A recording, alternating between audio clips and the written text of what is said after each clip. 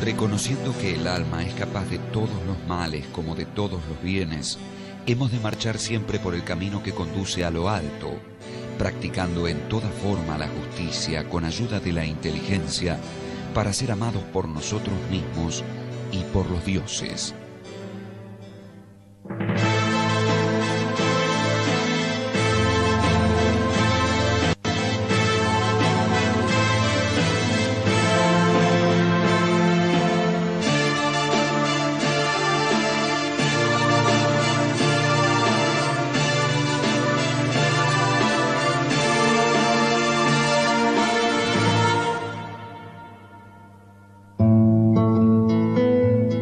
Nació en Atenas en el año 427 a.C., en el seno de una familia aristocrática.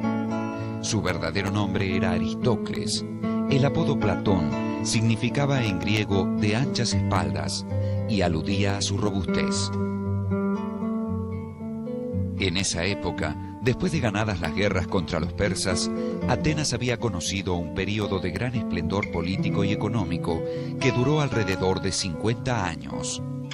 El crecimiento de Atenas la llevó a enfrentarse con una confederación de ciudades lideradas por Esparta, en lo que se ha llamado la Guerra del Peloponeso. La guerra contra Esparta y sus aliados fue desastrosa para Atenas, que cayó en una profunda crisis. El gobierno fue tomado por un grupo oligárquico y solo después de una guerra civil pudo restaurarse la democracia. En tal clima de convulsión, Platón encontró una guía y un ejemplo a imitar en la figura de Sócrates. Buena parte de la obra de Platón está marcada por la presencia de Sócrates. Por una parte, Sócrates es el protagonista de gran parte de los diálogos platónicos. Algunos de los parientes de Platón pertenecieron al gobierno oligárquico, al que él rehusó asociarse. Vio con simpatía el restablecimiento de la democracia, pero pronto comprendió que la sociedad en que vivía mostraba grandes síntomas de decadencia. Los nobles ideales antiguos ya no eran vigentes. Por todas partes triunfaban el oportunismo, el amoralismo, la corrupción y el escepticismo. Para Platón, era urgente tratar de establecer entre sus conciudadanos un ideal de justicia y de respeto a la verdad. El colmo de la crisis moral y política ateniense fue para Platón el juicio y condena a su maestro, Sócrates. El proceso a Sócrates se desencadenó por razones políticas.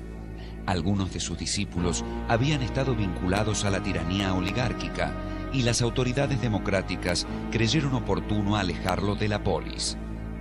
Se pidió la pena de muerte porque, según el derecho ateniense, el acusado podía proponer un castigo alternativo y se esperaba que pidiera el exilio. Pero Sócrates expresó que o bien era culpable y entonces merecía la muerte, o bien no lo era y entonces debían ser reconocidos sus servicios a la sociedad. Fue condenado a beber una copa de veneno. Sócrates aceptó la sentencia con gran tranquilidad y murió dignamente. El joven Platón lo consideró un modelo de conducta y de pensamiento. Según Aristóteles, ha habido 3 influencias decisivas en la formación de Platón. Heráclito, no en forma directa, sino a través de su discípulo Crátilo; los pitagóricos, los discípulos de Pitágoras; y Sócrates. Aristóteles le da una especial importancia a la influencia de los pitagóricos en lo que hace a la teoría de las ideas, es decir, uno de los puntos centrales de la filosofía de Platón. Otras influencias tienen que ver con el clima intelectual en el que se desenvolvió Platón: sofistas, poetas y dramaturgos. Por un lado, como todos los griegos cultos, Platón se había educado con las obras de Homero y Hesíodo, que podía citar de memoria. Por otro lado, estaba familiarizado con los grandes autores trágicos y cómicos, y en sus propios diálogos se percibe frecuentemente esa influencia. En cuanto a los sofistas, estos eran sabios itinerantes que enseñaban oratoria y otras técnicas útiles para quien quisiera hablar en público. Platón debe a los sofistas mucho más de lo que habría estado quizá dispuesto a reconocer, porque los sofistas son muy representativos del clima cultural que se gesta en Atenas después del encumbramiento y de ese ascenso político y económico de Atenas, que marca también el comienzo de su decadencia. La intención de echar las bases para el establecimiento de un orden social justo está presente en toda la obra platónica, aún en sus primeros escritos, que adoptaron, al igual que los posteriores, la forma de diálogos, recurso literario que le permitió hacer discutir a diferentes personajes que representaban otras tantas posiciones y dar así a cada opinión la posibilidad de ser defendida. A esta época corresponden, por ejemplo, los diálogos del juicio, la apología, el Critón, donde se relatan directamente momentos de la vida de Sócrates. Y también a este periodo corresponden todos estos diálogos llamados aporéticos, diálogos donde en realidad se plantea un tema, digamos, la pregunta sobre un tema, qué es lo sagrado en el Eutifrón, qué es la amistad en el Lisis, qué es la valentía en el Laques. Y en realidad estas preguntas se dirigen a alguien supuestamente experto, digamos, que la comunidad reconoce como un experto, y en el diálogo no se hace más que mostrar que en realidad estos personajes carecen de todo saber respecto de ese punto. La sugerencia de Platón en estos diálogos tempranos es que el desconocimiento de la propia ignorancia impide buscar el saber. La mayoría de los diálogos platónicos presenta a Sócrates como protagonista. Platón le hace decir que él, al igual que los demás, no sabe nada, pero al menos sabe que no sabe. Por eso es el más sabio de todos. Cuando Sócrates dice solo sé que no sé nada, el Dios me ha dicho que soy el hombre más sabio justamente por saber que no sé, los demás creen que saben. Todavía palabras como justicia, bien, belleza, algún sentido tienen que tener, pero nadie sabe muy bien en qué consiste ese sentido. Es la figura que está mostrando esta falta de suelo, esta falta de fundamento. Un poco Sócrates es como esos muñequitos de los dibujos animados que van caminando, llegan a un precipicio, siguen caminando, y recién cuando se dan cuenta de que están en el precipicio, se cae. Ese muñequito es, de algún modo, Sócrates. Hasta el momento de la fundación de la academia, o sea, el momento de la vuelta del primer viaje, las obras que suelen considerarse previas suelen llamarse diálogos de juventud. Corresponde hasta, digamos, los 40 años de Platón, es la época de juventud de Platón. Esto tiene que ver sobre todo por las características de estilo que tienen estos primeros diálogos. Son los que suelen llamarse además diálogos socráticos. No porque Sócrates es el personaje principal, porque lo seguirá siendo durante mucho tiempo, sino más bien porque en realidad estas obras son las que los estudiosos suelen utilizar para acercarse a la figura de Sócrates, del Sócrates histórico, podríamos decir. Porque en realidad uno ve rasgos que condicen con los que otras fuentes dan acerca de Sócrates, y son rasgos que después van a desaparecer después de este periodo que termina en los 40 años de Platón. Poco después de la muerte de Sócrates, en el año 399 a.C., Platón se retiró a la casa de su amigo Euclides, en Megara. En el año 395, al desencadenarse la guerra entre Atenas y Corinto, volvió a su ciudad y formó parte del ejército ateniense. Después de la guerra corintia, su espíritu inquieto lo llevó al sur de Italia, donde trabó amistad con el filósofo Arquitas y otros pitagóricos.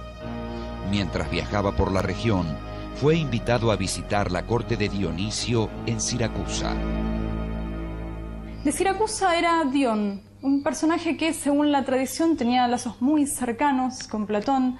La tradición conserva incluso un epigrama amoroso dedicado a Dion, del cual probablemente no sea cierto, pero sí dice bien lo que la tradición piensa sobre la relación entre Dion y Platón. Dion era el cuñado del regente, el tirano de Siracusa, Dionisio I. A todas luces, Platón tiene que haber llegado hasta Siracusa intentando no solo conocer el lugar, sino tal vez influir políticamente sobre Dionisio I. Platón pronto se convirtió en un huésped molesto para Dionisio. No logró influir políticamente sobre el tirano y los choques entre ambos fueron cada vez más frecuentes y exasperados. Diógenes Laercio cuenta que en algún momento pueden haber tenido una discusión sumamente fuerte, tanto que Dionisio I juzgó que Platón merecía la muerte por esto, cosa que evidentemente no sucedió, pero que terminó de una manera un poco extraña. Después de muchas intercesiones de gente importante y conocida de Platón, importante para Dionisio I, este accede a dejar que Platón vuelva a Atenas, pero no lo hace directamente, sino que lo manda en un barco que paró en Egina. Egina es una isla que está enfrente de Atenas y que en ese momento estaba con relaciones absolutamente cortadas con los atenienses. Tanto que en realidad cuando un ateniense llega a Egina, lo mandan directamente al mercado e intentan venderlo como esclavo. En ese momento brilla la suerte de Platón porque un amigo, un conocido, Cirenaico, según dicen las fuentes, lo reconoce y lo compra. Lo compra como su esclavo y obviamente lo libera. Al volver a Atenas, en el año 388, Platón pensó que si no era posible hacer filósofos a los soberanos, quizás fuese oportuno educar filosóficamente a los futuros políticos y gobernantes. Para ello, fundó su academia, a la que asistieron jóvenes de Atenas y de otras ciudades para aprender filosofía, matemáticas, astronomía y otras ciencias. La academia es una escuela de formación de dirigentes. Ya existía una, que era la escuela de retórica de Isócrates, donde también era una escuela de formación de dirigentes, pero con una base retórica, herencia de toda la época sofística, pero con una base moral. Platón, en cambio, funda una escuela en donde esta formación tiene una base, digamos, científico-filosófica. O sea, para ser académico no hay que ser platónico. La academia, al contrario, y en los mismos diálogos de Platón está presente esto, es el seno de tremendas disputas acerca incluso de la teoría de las ideas, por ejemplo, que es la doctrina metafísica fundamental de Platón. Lo único que habría que compartir es que la realidad tiene una cierta estructura inteligible. La realidad no es irracional. Por lo tanto, esa estructura puede ser comprendida y solamente esta comprensión es la base para la acción. Primero hay que ser filósofo para poder ser político. Los años que van desde el 387 hasta el 367 son muy importantes en la producción intelectual de Platón. En este período escribe los llamados diálogos de madurez, el banquete, el Fedón, la República, el Fedro y algunos más. Este es el momento, decíamos, donde uno ve esta especie de formulación estándar de la teoría de las ideas, donde uno puede ver muy claramente que esta formulación está llamada a resolver no solamente problemas meramente intelectuales o problemas epistemológicos, sino que está llamada a integrar y hacer una síntesis de respuestas de lo que tiene que hacer el hombre, tanto en el plano del conocimiento, que por supuesto está contemplado, pero también en el tema ético, en el tema político, en el tema psicológico. La teoría de las ideas es una especie de centro que concita las respuestas a todos los planos en los que un hombre puede estar inserto y donde puede llegar a tener dudas que lo acusen.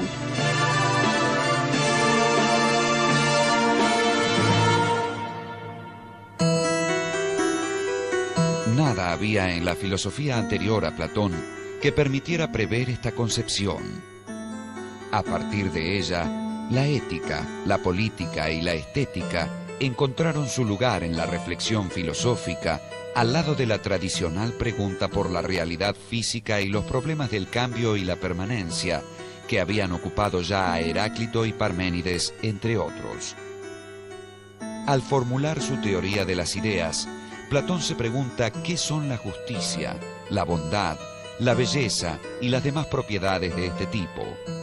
Con este preguntar, abre nada menos que el pensamiento metafísico occidental. Estas propiedades no son percibidas por los sentidos, sino por la razón. Platón las llama ideas. En griego, idea hace referencia al aspecto de algo, es lo que se ve. Y Platón dirá que vemos las ideas con el ojo de la razón. Las ideas no son exactamente cosas que existen en otro plano de la realidad, más real, máximamente real, y que, aquí sí aparece la distinción que no existía antes entre sensible, inteligible, material, inmaterial, es inteligible, no es sensible, es inmaterial.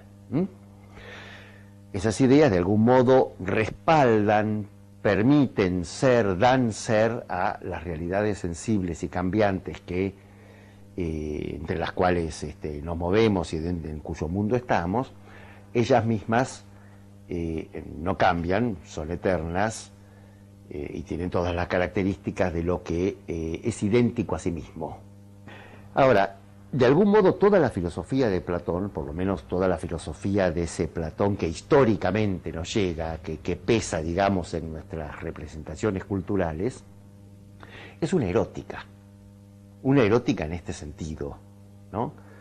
Este reconocimiento de la carencia del mundo presente y el deseo de completitud que nos lleva hacia otro plano y este permanente ida y vuelta entre los dos planos. El otro nombre platónico para esto es filosofía.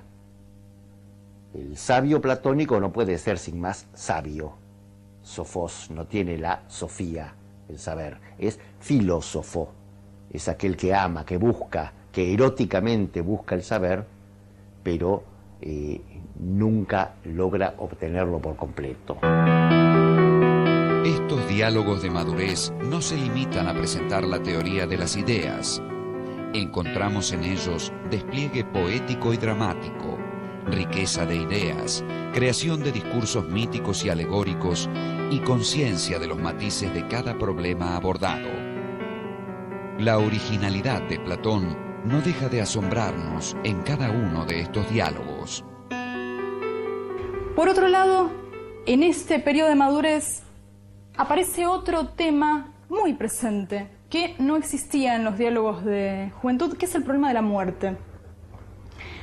Basta pensar que el Fedón, que es el diálogo donde Platón narra la muerte de Sócrates, corresponde a este periodo de madurez. De algún modo la respuesta platónica a la pregunta socrática, a la pregunta por ese abismo que se abre bajo los pies, es la llamada teoría de las ideas, que como tal teoría no está expuesta en realidad en ningún diálogo, en ninguna parte, sino que es una doctrina que aparece en el periodo medio de la vida de Platón, ¿no? En las obras de alrededor de sus 40 años. Es el momento, decíamos, donde uno ve esta especie de formulación estándar de la teoría de las ideas, donde uno puede ver muy claramente que esta formulación está llamada a resolver no solamente problemas meramente intelectuales o problemas epistemológicos, sino que está llamada a integrar y hacer una síntesis de respuestas de lo que tiene que hacer el hombre, tanto en el plano del conocimiento, que por supuesto está contemplado, pero también en el tema ético, en el tema político, en el tema psicológico.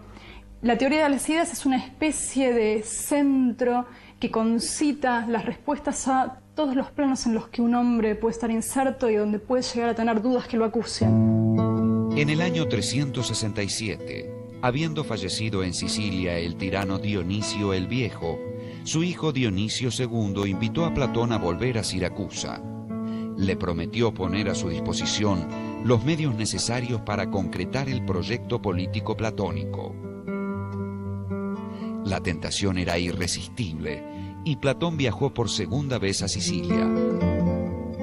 La cuestión es que cuando llega a Sicilia ninguna de estas promesas se cumple.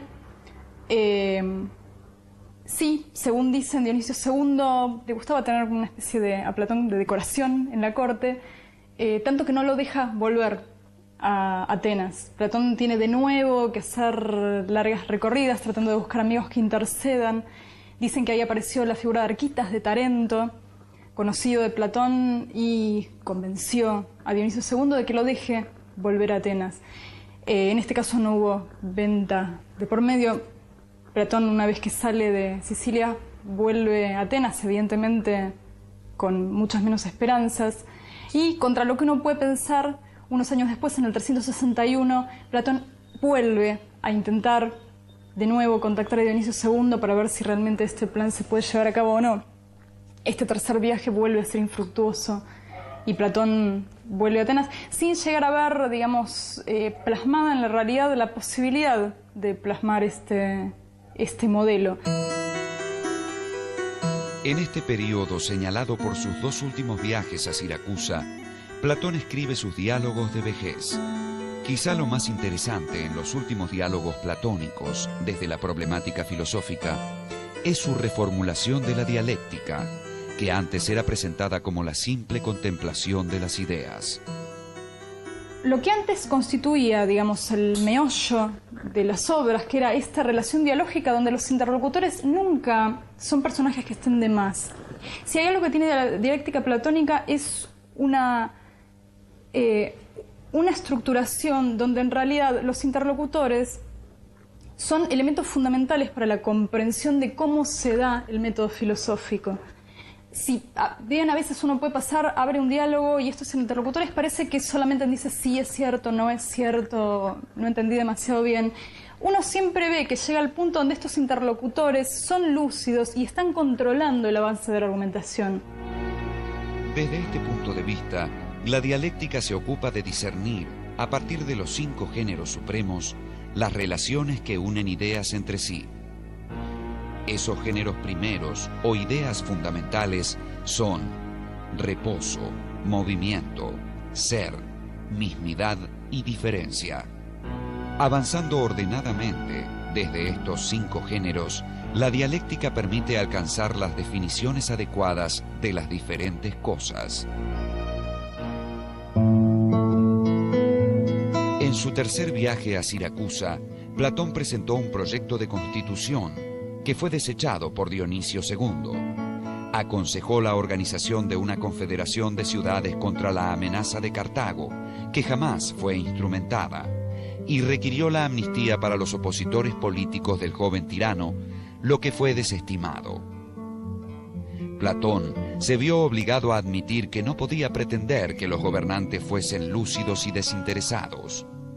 Por eso, en el último de sus diálogos, titulado Las leyes, abandonó la noción del rey filósofo y confió a la organización legal lo que ya no podía esperar de la sabiduría de los individuos. Muchas veces se suele decir, bueno, este es un Platón que en lo político ha perdido absolutamente las esperanzas. Tanto es así que, digamos, las últimas obras, sobre todo especialmente Las leyes, han perdido esta confianza en un rey filósofo que pueda operar realmente el cambio político.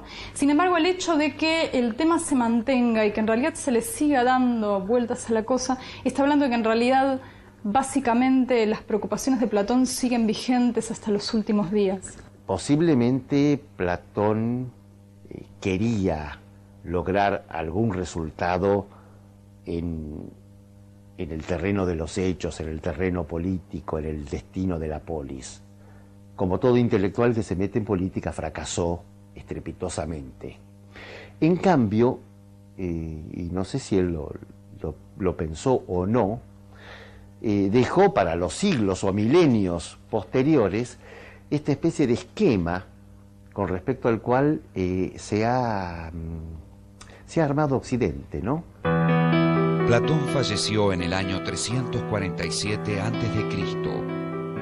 Todo el pensamiento occidental, desde Aristóteles hasta nuestros días, ha crecido bajo su sombra y en permanente diálogo con él.